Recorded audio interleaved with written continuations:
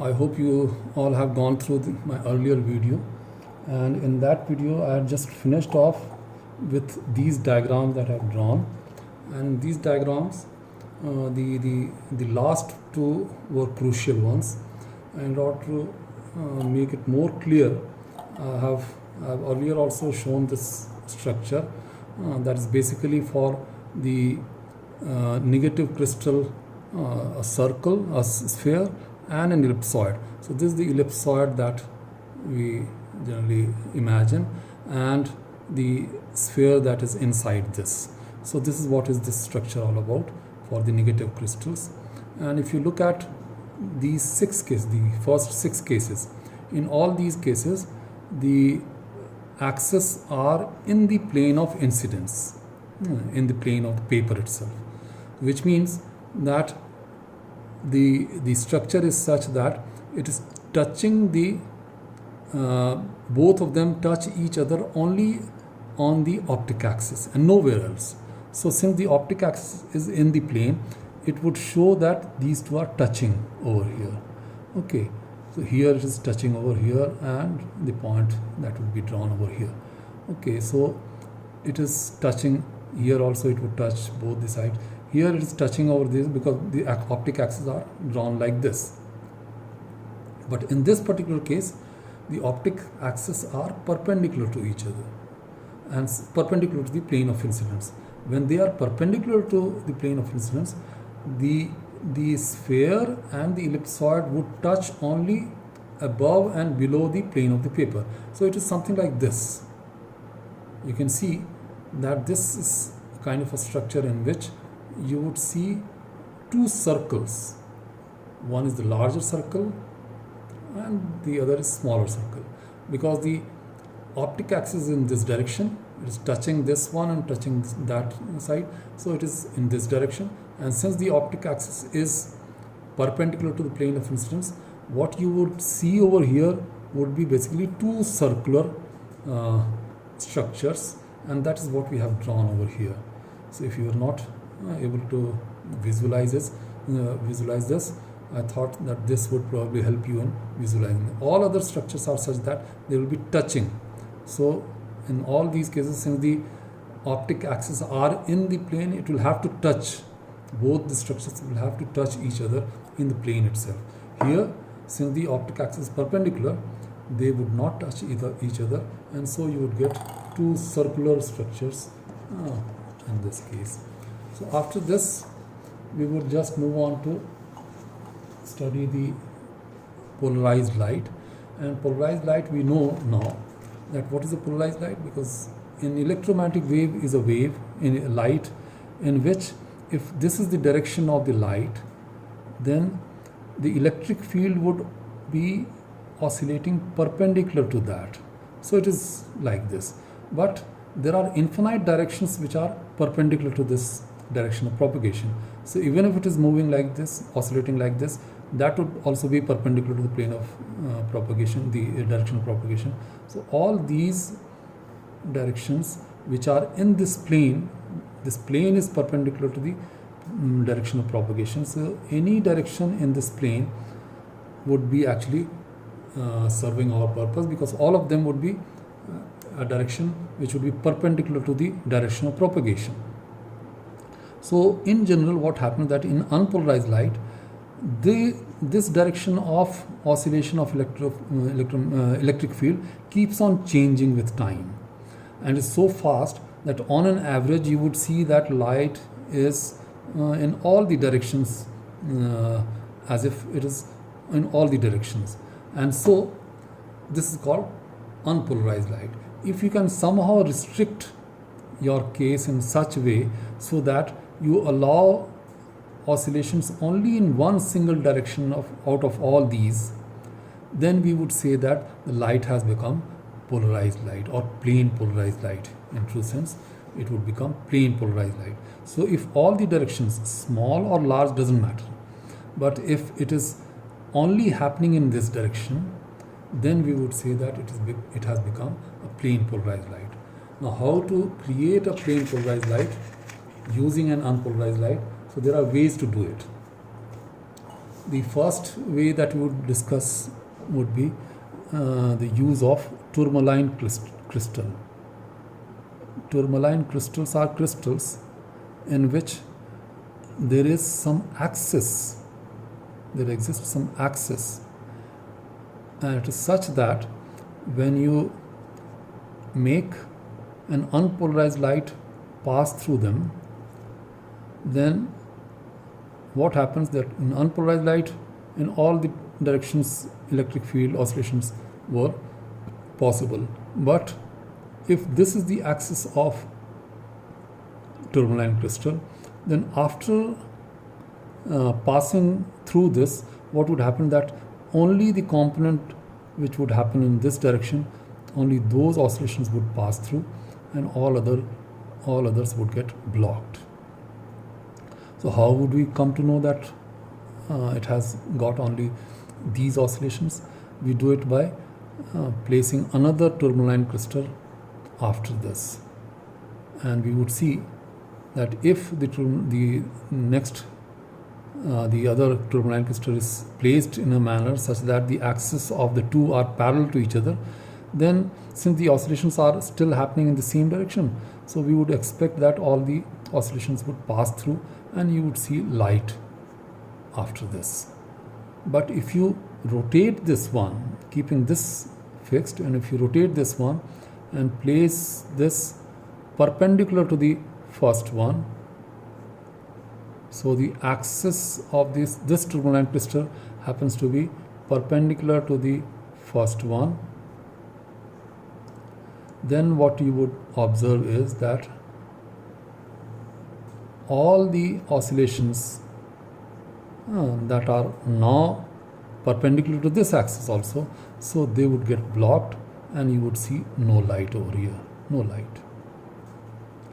So by rotating another tourmaline crystal, we can get to notice that the wave was actually plane polarized. If you rotate this tourmaline crystal over here, you would see there will be no change in the light intensity of light at this point. Why? Because the unpolarized light has equal components in all the directions. So you place it in any direction, you would see the same intensity over here. It would get, all of them would get blocked, and only one single direction would come out of this tourmaline crystal, but they all would have the same intensity because this is unpolarized light having same intensity in all the directions. And that is why you keep on rotating this, you would see no change in light over here. But once you place, because this is only getting polarized, but when you place another one, then you would see, and keep this one fixed, then you would see that if you rotate this one, then in one direction you would get maximum light, in its perpendicular direction you would get no light, and in between you would see lesser and lesser diminishing light. So this is how this particular use, the placement of tourmaline crystal is being used as a polarizer, so we call this as polarizer. And here, since we are analyzing whether this light is polarized or not, so this use of tourmaline crystal is known as analyzer. Both are same, but this is being used as polarizer and this is being used as an analyzer. So this is one way of achieving or getting a plane polarized light.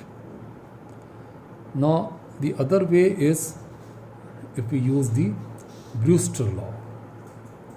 Now what is Brewster law? If you remember, it is that if light gets incident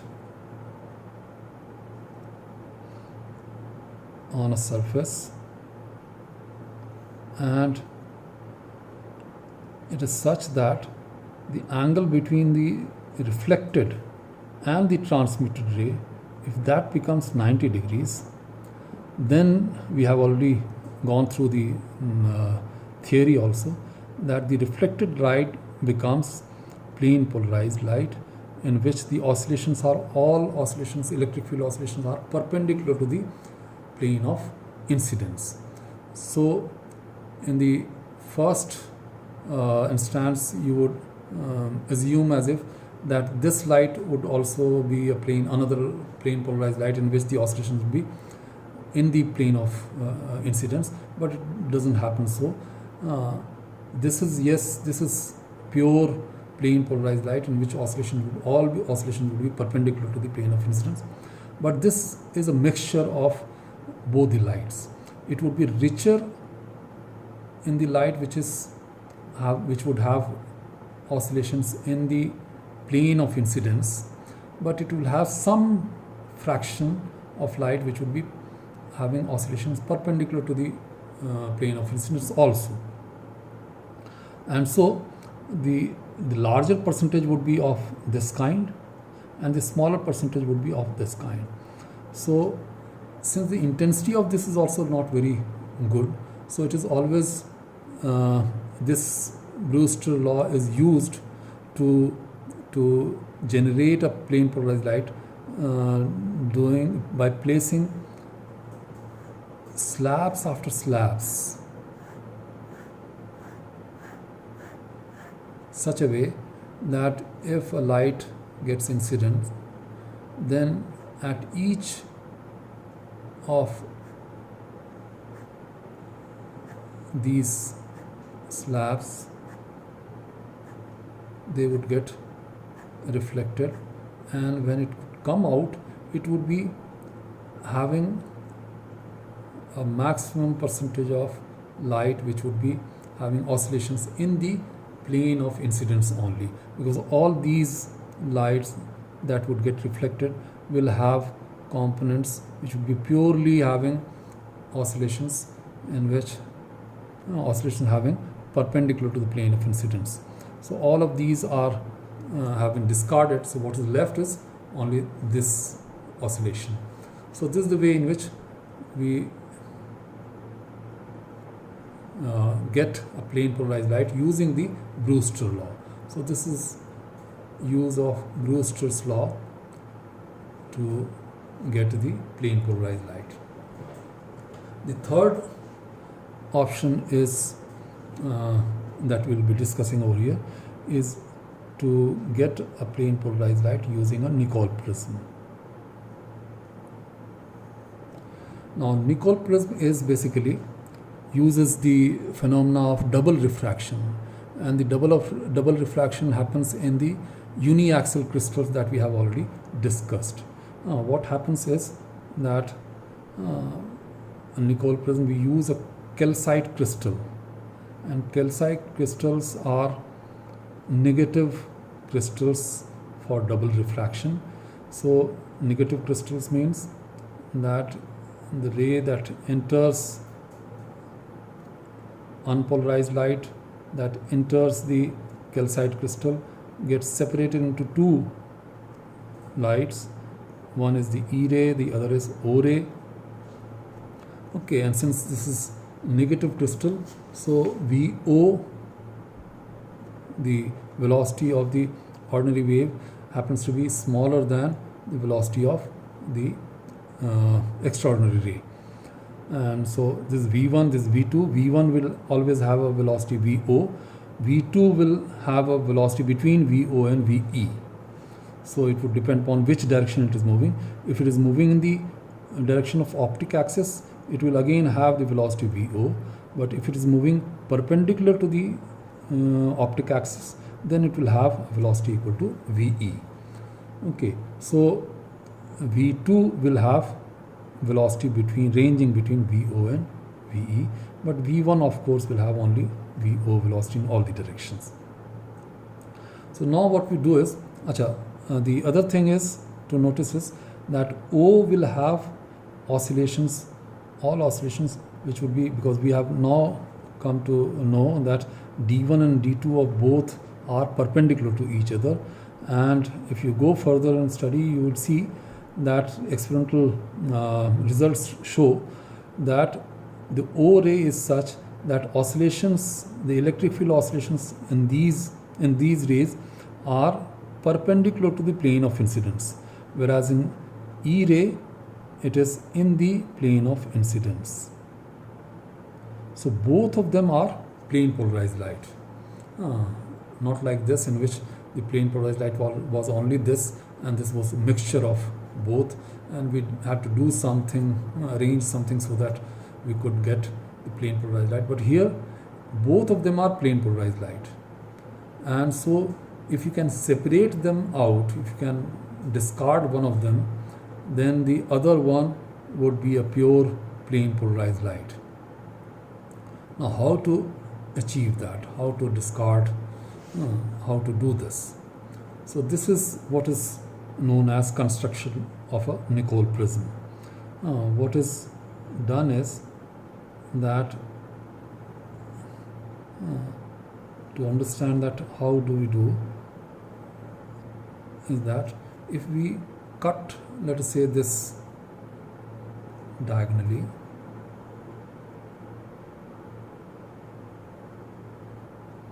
and place a material over here.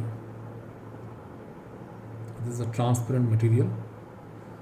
Join the back with transparent material, and the material is known as Canada balsam.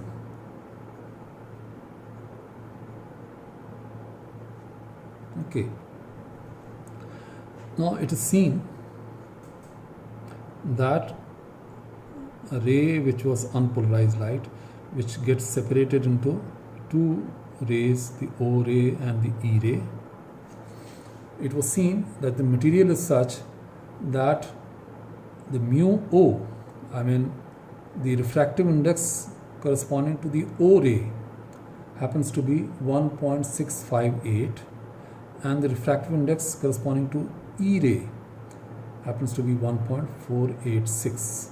You can see that since VO is smaller, so mu O would be larger, and since VE is larger, mu E would be larger. And of course this would be for a particular lambda. It doesn't vary much, but it is for a particular lambda. So these values that we are I'm showing it over here is for typically for sodium light. So for sodium light, the wavelength of sodium light, mu O and mu E are given by, for calcite crystal, they are given by this. Now typically the because Canada balsam, which is placed in between them, that is also a transparent material, and its refractive index happens to be 1.55, and there lies the catch. The catch is that if you look at the E ray, for E ray, when it moves from calcite crystal into the Canada balsam, then it is actually moving from 1.486 to 1.55. So it is moving from rarer to a denser medium. So when it moves from rarer to denser medium, in all probability it would just pass through this, and so electric field would be in this case would be in the plane of the variation, the oscillations would be in the plane of incidence. But if you look at the O ray, then O ray actually it is moving from 1.658 to 1.55, which means that it is now moving from a denser medium to a rarer medium. So there would exist a critical angle, and critical angle would be defined by sine inverse of 1.55 by 1.658, and if you calculate this, this comes out to be 69.2 degrees. So if we can ensure that this ray always hit the boundary separating the Canada balsam and the calcite crystal at an angle more than the critical angle, if this angle is always more than C, then you can ensure that these rays would get discarded from here, and what you would receive in this direction would be only the plane polarized light. And this is achieved by filing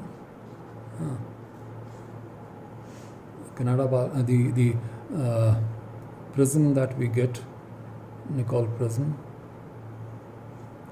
the calcite crystal, this angle which is actually 71 degrees, we make that angle equal to 68 degrees by just filing it, and then this is made from 71 degrees, it has been changed into 68 degrees, such that this, which was earlier 109 degrees, now becomes 112 degrees.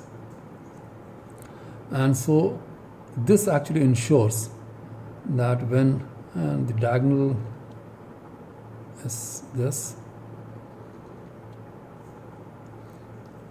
so this ensures that the E ray actually, which is moving from rarer to denser, it would have no problem in getting passed through like this.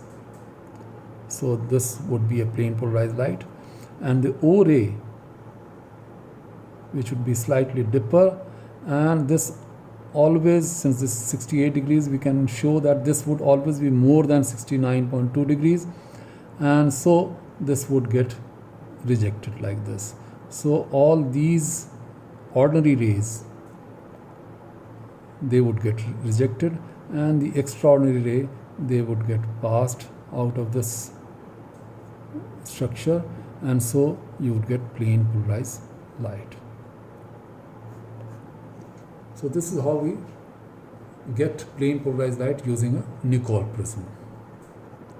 So Nicol prism is made of calcite crystal, which is a negative crystal in which VO is less than VE, and we use Canada balsam over here, and Canada balsam actually ensures that there exists a critical angle, and this angle is always more than the critical angle, so that all of them gets totally internally reflected, and what you get is only extraordinary ray, which are always plane polarized light. So extraordinary ray are received.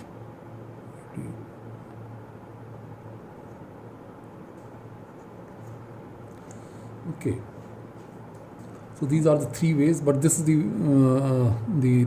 way in which we generally use the polarizer, and the same thing can be used as an analyzer also. So a Nicol prism put like this, it is shown like this, and it will be shown like this, O ray getting totally internally reflected, and E ray getting passed and just pass through. And if you place another Nicol prism placed in a similar manner parallel to the first one, what you would expect is that you would expect all the ray to get even pass through this one. But if you place it in a perpendicular direction, it is generally shown like this. It depends upon, you'll have to visualize this structure. This is a structure in which if you rotate it by 90 degrees, it becomes like this. And then if you get the same light is made to pass through this one, this is a crossed situation. So the first one is still in the same direction, same place in the same way.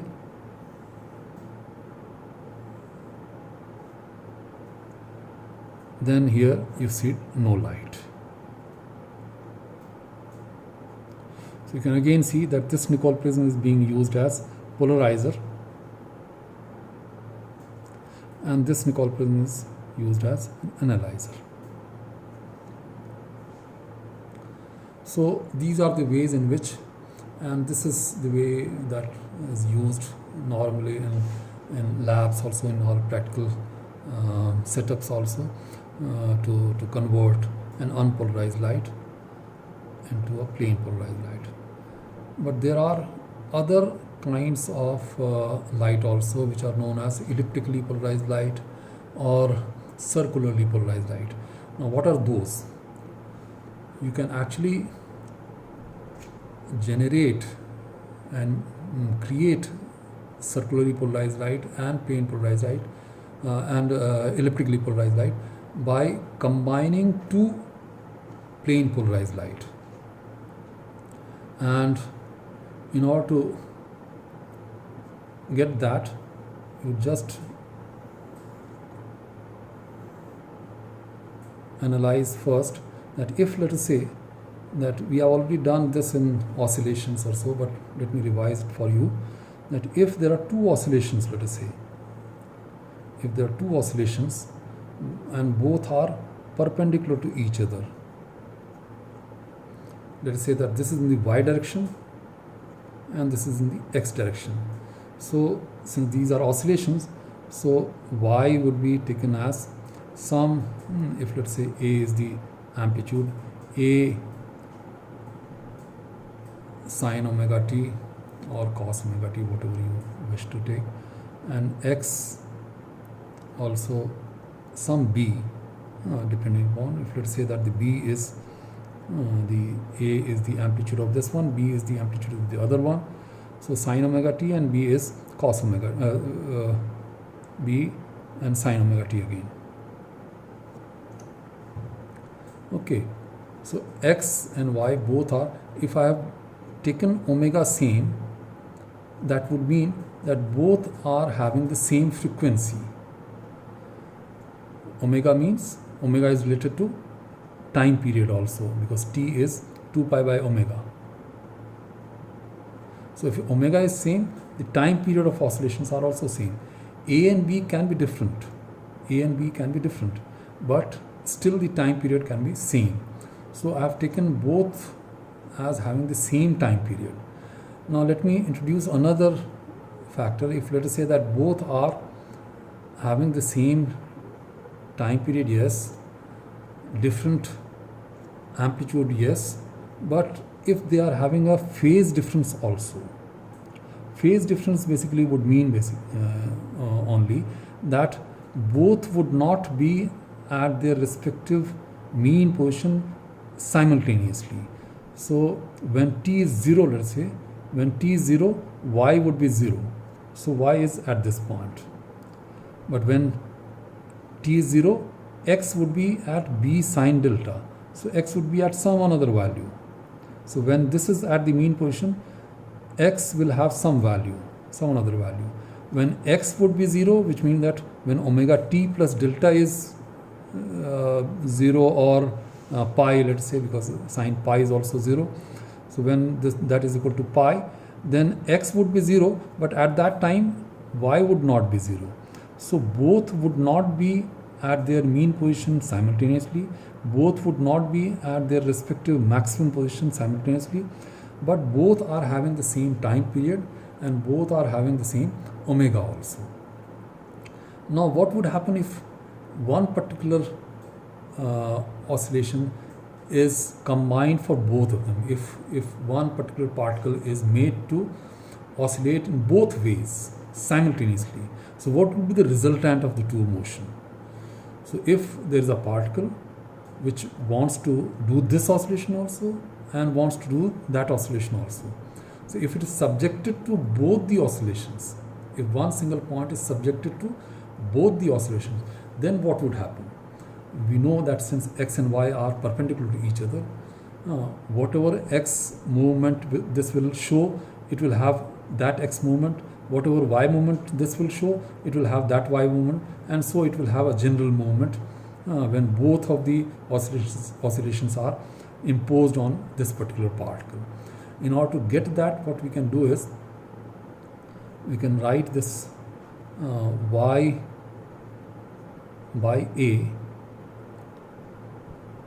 it would be equal to sine omega t, and this would be x by b equal to sine omega t plus delta. which is equal to sine omega t cos delta plus cos omega t sine delta.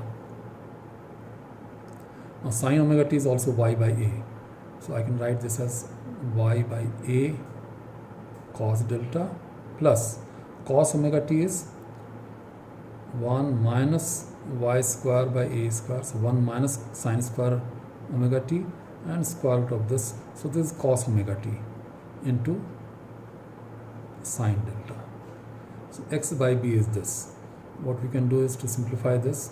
Let me keep this one. So x by b minus y by a cos delta is equal to 1 minus y square by a square sine delta. And then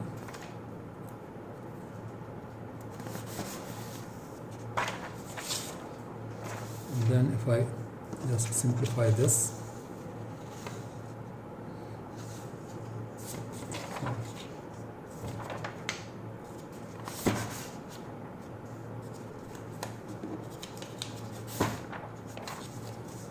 simplify this one, which means that if I square them up,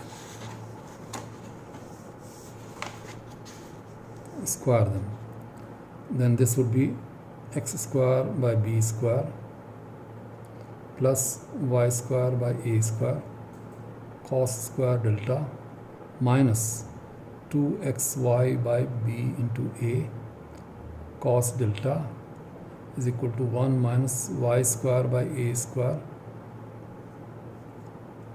and sine square delta.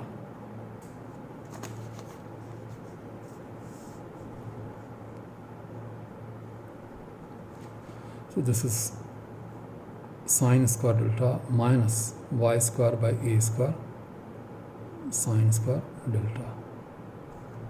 You can see that this is y square by a square cos square delta, y square by a square sine square delta. So if I take this one also that side, you get x square by b square plus this would become y square by a square cos square delta plus sine square delta would become 1 minus 2xy by b into a cos delta is equal to sine square delta.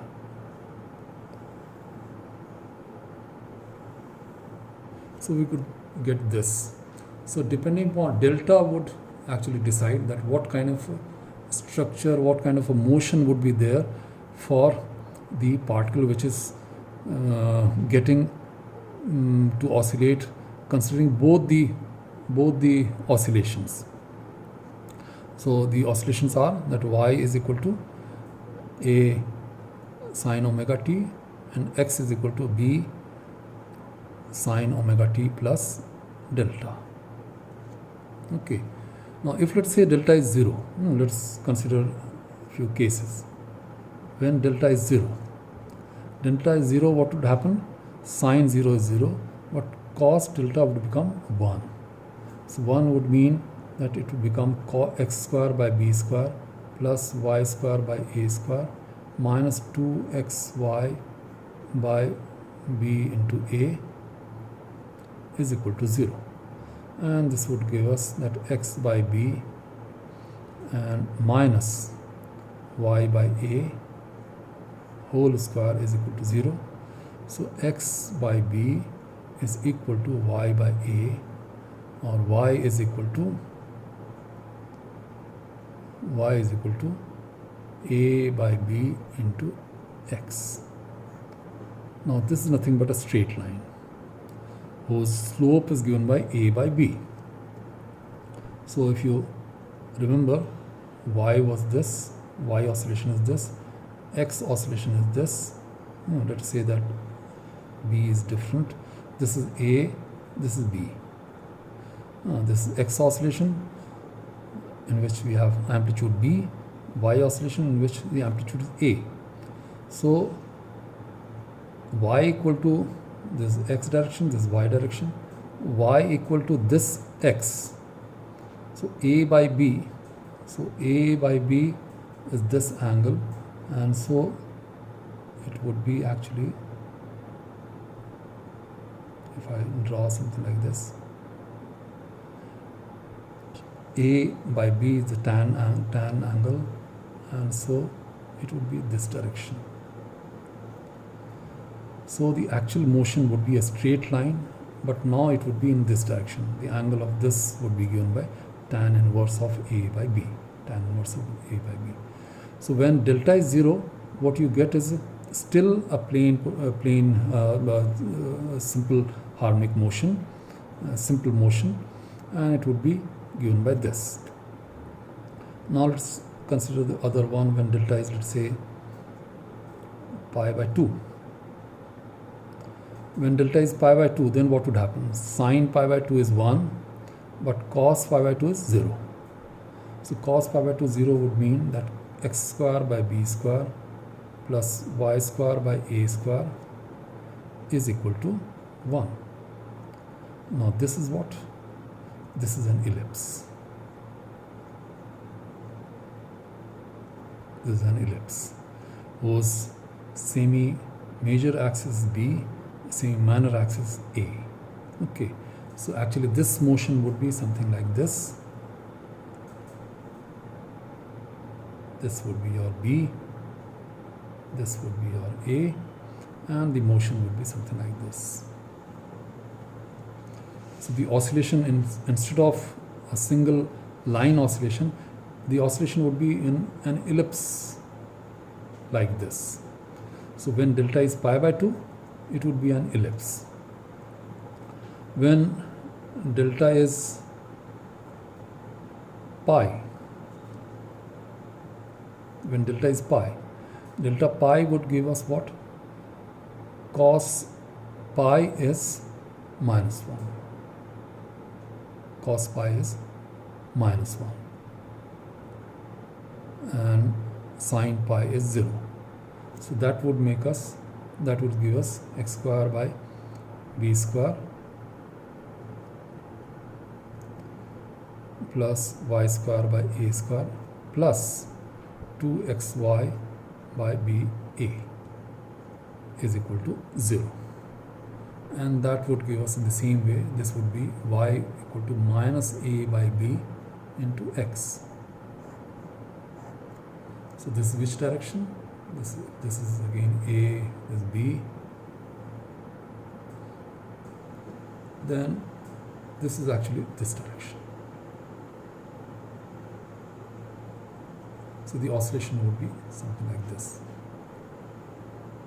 And this one, if A and B happens to be equal, for A equal to B, this ellipse would become a circle. If A happens to be equal to B, the ellipse would be a circle. So when two oscillations which are perpendicular to each other, one is in x direction, the other in y direction, when they superimpose, then the phase difference between the two would decide that what kind of a oscillation you would get.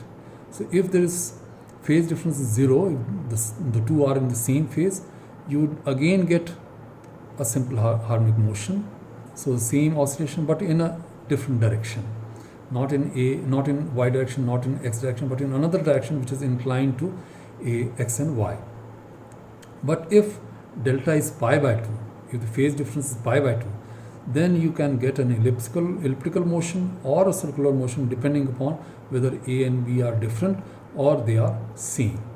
If it is equal to pi, the structure gets you another simple harmonic motion, but this oscillation would be in the negative direction, something like this.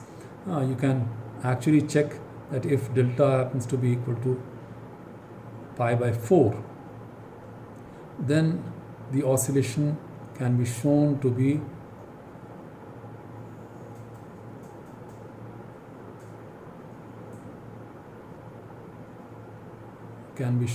a tilted ellipse. It would be something like this.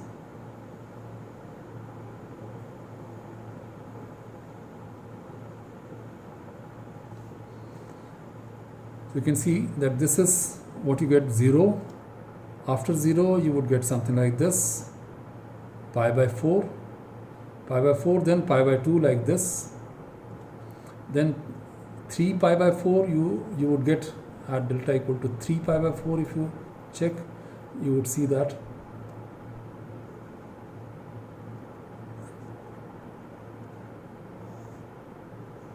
you would get a tilted ellipse like this.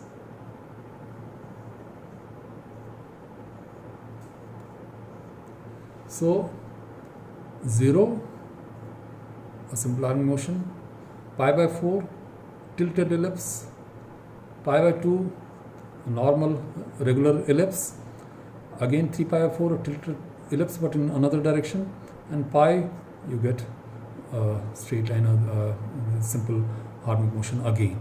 So these are the things that you get when you combine. What we have done, we have just combined two oscillations which are perpendicular to each other and which have a phase difference between them as delta, which means that if I can use, if you use two plane polarized light and then we combine them, and the two plane polarized light should be such that they should have oscillations perpendicular to each other, and then if there is a phase difference between them, then you can actually get these cases to observe.